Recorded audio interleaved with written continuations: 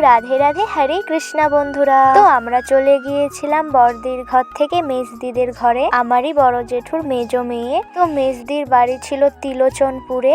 তো মেজদিদেরই বাড়িতে অনেক রকমের ফুলের গাছ, সমস্ত ফুলের গাছগুলো মেজদিই লাগিয়েছে।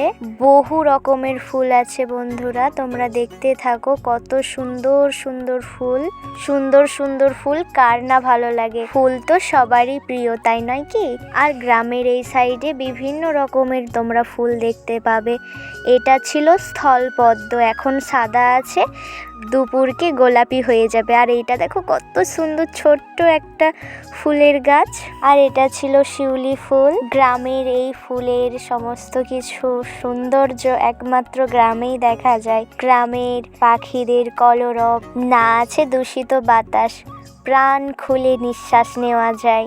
আর এই প্রকৃতির সৌন্দর্য এক আলাদাই অনুভূতি এনে দেয়। তাই তো কবিরা বারে বারে গ্রামের কথাই উল্লেখ করেছে। গ্রামের সৌন্দর্যের কাছে সবই ফিকে। তো তোমাদেরও কাদের কাদের গ্রাম ভালো লাগে অবশ্যই কমেন্ট করে জানাবে। আর কে কে গ্রামে থাকো অবশ্যই কমেন্টে জানাবে। আর তোমাদের কোন ফুলটা সবচেয়ে ভালো লেগেছে অবশ্যই কিন্তু কমেন্ট করে জানাবে। আরো অনেক ফুল ছিল যেগুলোতে এখনো ফুল ফোটেনি। আজকের ভিডিওটা এখানেই শেষ করছি। দেখা হচ্ছে আবার নেক্সট ব্লগে।